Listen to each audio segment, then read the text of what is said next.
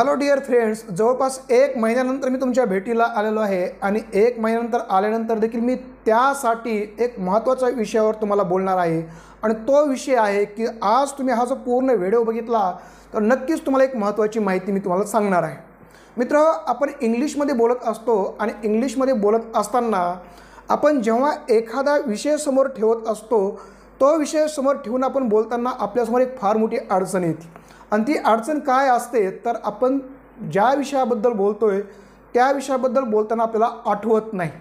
मग आठवायचं कसं, तो विषय आपल्याला मनामध्ये आणायचा कसा आणि इंग्लिशमध्ये तो विषय आणल्यानंतर त्याच्याबद्दल वाक्य कसे तयार करायचे तर ती आपली सगळ्यात मोठी अडचण होते. म्हणून ती अडचण होऊ नये म्हणून मी आपल्यासाठी काही ट्रिक्स आणलेल्या आहेत. त्या ट्रिक जर तुम्ही लक्षात घेतल्या तर मला असं वाटतं की तुम्ही चांगल्या पद्धतीने इंग्लिश बोलू शकता. तर वेळ न दवडता बघूया आपण अशा कोणत्या 5 ट्रिक आहेत की ज्या 5 ट्रिकच्या मदतीने तुम्ही एखाद्या सब्जेक्टबद्दल चांगली 5 ते 6 वाक्ये किंवा 10-15 वाक्ये तुम्ही इंग्लिशमध्ये पटापट बोलू शकता. तर मग कोणत्या त्या ट्रिक आहेत तर बघूया. तर बघा, तुम्हाला स्क्रीनवर दिसतात या 5 ट्रिक आहेत त्या. बघा, पहिली ट्रिक कोणती आहे, समजा एक सब्जेक्ट आहे तुषार या विषयावर आपल्याला बोलायचं आहे. मग आपल्याला इंग्लिशमध्ये आठवत नाही की आपल्याला तुषारबद्दल कसं बोलायचं. तर कसं बोलायचं बघा, समजा तुम्हाला तुषार इंजिनियर आहे हे सांगायचं आहे तर मग कसं आठवायचं इंग्लिशमध्ये बोलताना. तर आपल्यासमोर आपण कोणाबद्दल बोलतोय, आपण तुषारबद्दल बोलतोय. तर मग कोण जे मी हे शब्द वापरलेत ते तुषारबद्दल वापरलेत. कोण काय आहे हे सांगायचं आहे तर तुषार डॉक्टर आहे आपल्याला हे सांगायचं आहे. लक्षात आलं. आता कोण म्हणजे तुषार कसा आहे हे सांगायचं आहे तर आपल्याला तुषार कसा आहे त्याच्याबद्दल आपण पुढं सांगूया की तो कसा आहे आपल्याला सांगायचं आहे. कोण कोठे आहे ते सांगायचं आपल्याला. तुषार कोठे आहे, तुषार कसा आहे, तुषार काय आहे आणि तुषारकडे काय आहे हे 4थं वाक्य. तुषारकडे काय आहे. 5वं वाक्य काय, तुषार काय करतो. असे 5 वाक्य जर आपण आठवले किंवा ह्या 5 ट्रिक जर लक्षात घेतल्या तर तुम्ही चांगल्या पद्धतीने इंग्लिशमध्ये बोलू शकता. मित्र, या ट्रिकचा वापर करून इंग्लिशमध्ये बोलण्याच्या अगोदर तुम्हाला काही गोष्टी इंग्लिशमध्ये माहीत असणं गरजेचं आहे. त्या कोणत्या त्या समजून घेऊया आणि नंतर बघूया की या 5 ट्रिकचा वापर करून आपण तुषारबद्दल कितीही वाक्ये इंग्लिशमध्ये कसे आठवणार आहेत, कसे बोलणार आहेत. तर बघूया त्या काही गोष्टी कोणत्या आहेत. तर बघा, यातली पहिली गोष्ट आहे की आपल्याला इंग्लिशमध्ये टू बीचे व्हर्ब्स माहीत असणं गरजेचं आहे. जर हे माहीत असतील तरच आपण इंग्लिशमध्ये बोलू शकतो. तर मग कोणते आहेत टू बीचे व्हर्ब्स. तर बघा, टू बीचे व्हर्ब्स आहेत 7. कोणते आहेत 7. यातले पहिले 3 ॲम इज आर आहेत, दुसरे 2 वॉज वेअर आहेत आणि तिसरे 2 आहेत शाल बी विल बी. यातले जे पहिले 3 आहेत हे आहेत वर्तमान काळामध्ये ॲम इज आर. नंतर जे आहेत दुसरे हे आहेत वॉज वेअर भूतकाळामध्ये आणि तिसरे जे आहेत शाल बी विल बी हे आहेत भविष्यकाळामध्ये. हे आपल्याला माहीत असणं गरजेचं आहे मित्र. हे लक्षात घ्या, हे पाठ करून ठेवा. आता दुसरी गोष्ट काय माहीत असणं गरजेचं आहे तर टू हॅवचे व्हर्ब्स. काय माहीत असणं गरजेचं आहे, टू हॅवचे व्हर्ब्स. कोणते आहेत टू हॅवचे व्हर्ब्स. तर बघा, वर्तमान काळामध्ये आहेत हॅव आणि हॅज, भूतकाळामध्ये आहे हॅड आणि भविष्य काळामध्ये आहे शॅल हॅव विल हॅव. हे 2 गोष्टी. आणि तिसरी गोष्ट आपल्याला माहीत असणं गरजेचं आहे ॲक्शन व्हर्ब्स. Action words. इंग्लिशमध्ये ॲक्शन सांगणारे वर्ड्स असतात. तर मग जर समजा प्ले आहे तर प्लेचं व्ही1 म्हणजे पहिलं रूप आहे, हे प्लेचं दुसरं रूप आहे आणि हे प्लेचं तिसरं रूप आहे प्लेड, हे प्लेचं 4थं रूप आहे. इतक्या गोष्टी आपल्याला माहीत असणं गरजेचं आहे तर आपण सविस्तरपणे इंग्लिशमध्ये बोलू शकतो. मित्र, अजून याच्यामध्ये ॲम कधी वापरायचं, इज कधी वापरायचं, आर कधी वापरायचं हे पण तुम्हाला सविस्तर समजणं गरजेचं आहे. त्यासाठी मी तुम्हाला दुसरा एक व्हिडिओ या ठिकाणी बनवलेला आहे, त्याची तुम्हाला लिंक पण या ठिकाणी मी देणार आहे. तो व्हिडिओ जर बघितला तर तुम्हाला अजून याच्यामध्ये बारकावे जर तुम्ही समजून घेतले तर अजून बोलायला सोपं जाणार आहे. परंतु आता तुम्ही प्राथमिकपणे एवढ्या गोष्टी लक्षात ठेवा. ह्या जर गोष्टी लक्षात ठेवा तर तुम्ही चांगल्या पद्धतीने इंग्लिश बोलू शकता. आता आपण बघूया तर हे का गरजेचं आहे. तर बघा, हे यासाठी गरजेचं आहे तर बघा पहिल्या ज्या तर हे का गरजेचं आहे बघा, तर पहिले ज्या 3 गोष्टी आहेत, पहिले ज्या 3 ट्रिक आहेत, या पहिल्या 3 ट्रिक ज्या आहेत त्या काय सांगतात, तर तुषारची स्टेट ऑफ बिईंग सांगतात. नीट समजून घ्या. म्हणजे तुषारची काय अवस्था आहे ते या पहिल्या 3 ट्रिक सांगतात. म्हणजे तुषार काय आहे त्याची अवस्था. तुषार समजा आपल्याला डॉक्टर आहे सांगायचं आहे, तर ह्या पहिली ट्रिक सांगायली तुषारची अवस्था. तुषार कसा आहे त्याची अवस्था, तुषार कोठे आहे त्याची अवस्था, हे सांगितलेलं आहे पहिल्या 3 ट्रिकने. या पहिल्या 3 ट्रिक वापरताना टू बीचे व्हर्ब्स वापरायचे. काय वापरायचे? टू बीचे व्हर्ब्स. लक्षात ठेवा. चौथी ट्रिक जी आहे तुषारकडे काय आहे हे सांगायचं आहे. म्हणजे तुषारच्या पोझिशनमध्ये काय आहे, त्याच्या मालकीमध्ये काय आहे हे सांगण्यासाठी आपल्याला टू हॅवचे व्हर्ब्स वापरायचे. लक्षात ठेवा. ह्या ट्रिक आणि त्या ट्रिक वापरताना आपल्याला कोणकोणत्या काळजी घेणं गरजेचं आहे हे आपल्याला या ठिकाणी लक्षात येतं.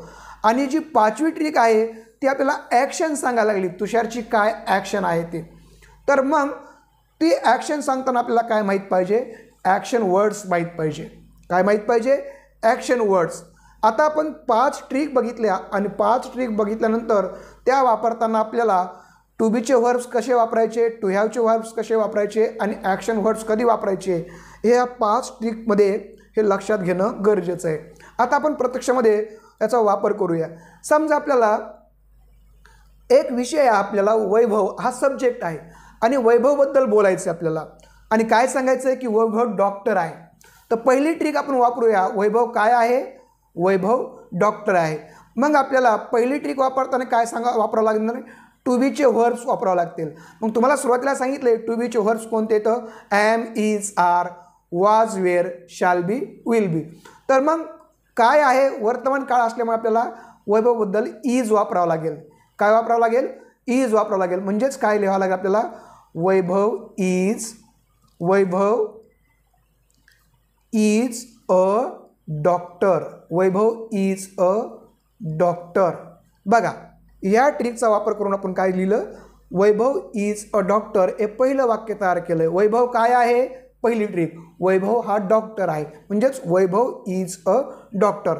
आता दुसरी ट्रिक म्हणजे आपल्या मनात असे प्रश्न, हे जे 5 प्रश्न आहेत, काय आहे, कोठे आहे, कसं आहे, हे मनात आठवायचे आणि आपण लक्षात ठेवायचं की हे पहिले 3 प्रश्नासाठी आपल्याला काय वापरायचं आहे?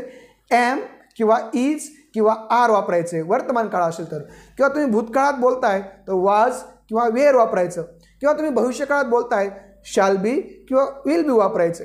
लक्षात आलं पहिल्या 3 ट्रिकसाठी. आता वैभव कोठे आहे? मग डॉक्टर आहे तर तो ऑफिसमध्ये असणार आहे. मग वैभव इज इन द ऑफिस. इथं पण इजच वापरलं. वैभव इज इन द ऑफिस. दुसरा मनात प्रश्न तयार करायचा. आता तिसरा प्रश्न तयार करायचा. काय? वैभव कसा आहे? आता तो डॉक्टर आहे म्हणजे तो हुशारच असणार आहे, किंवा तो ब्रेव आहे म्हणा, शूर आहे, किंवा तो उंच आहे म्हणा, म्हणून वैभव हुशार आहे. वैभव इज ब्रेव. 3 वाक्य तुम्ही इंग्लिशमध्ये तयार केलेत. यात पहिल्या 3 ट्रिकमुळे वैभव काय आहे? वैभव इज अ डॉक्टर. वैभव कोठे आहे? वैभव इज इन द ऑफिस. आणि तिसरा प्रश्न म्हणतात वैभव कसा आहे? वैभव इज क्लेवर, किंवा वैभव इज ब्रेव, किंवा वैभव इज टॉल. लक्षात आलं? बघा तुम्ही कसे वाक्य फॉर्म करताय, या ट्रिकचा वापर करून मनात कसे वाक्य तयार करताय इंग्लिशमध्ये, आणि इंग्लिशमध्येच तुम्ही विचार करताय.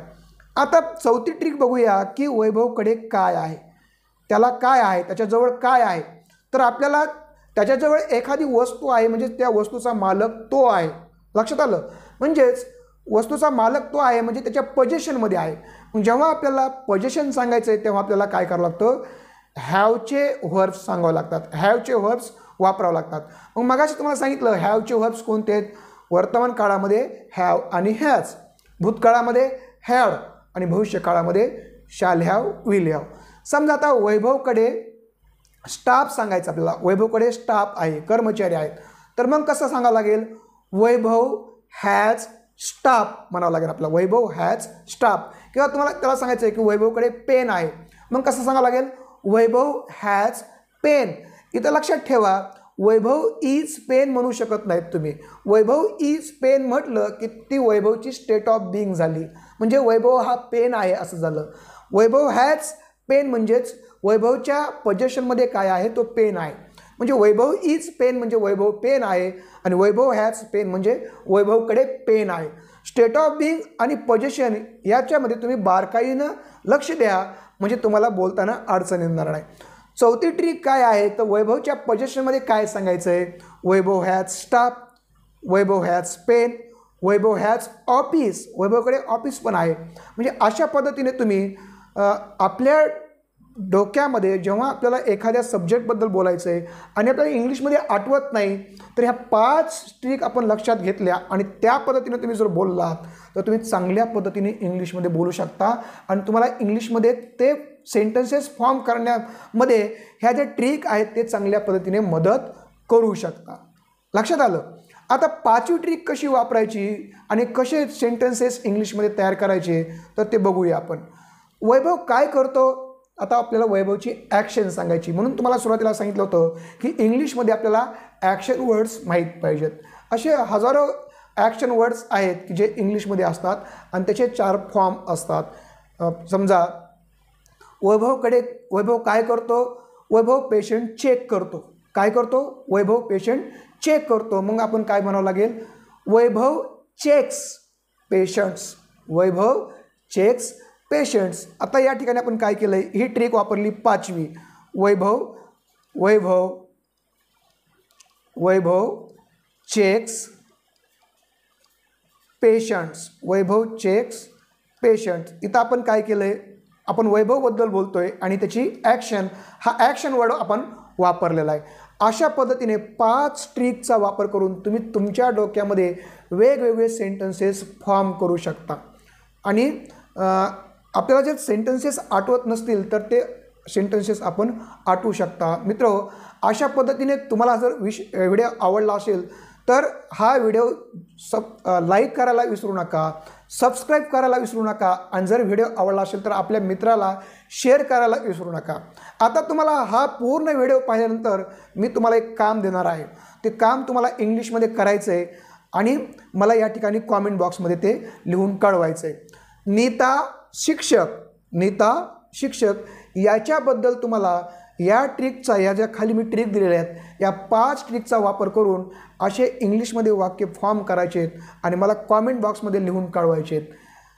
मित्र, हा जर व्हिडिओ आवडला असेल तर सबस्क्राईब करा, शेअर करा आणि कॉमेंट करायला विसरू नका. एवढं बोलतो आणि थांबतो. धन्यवाद.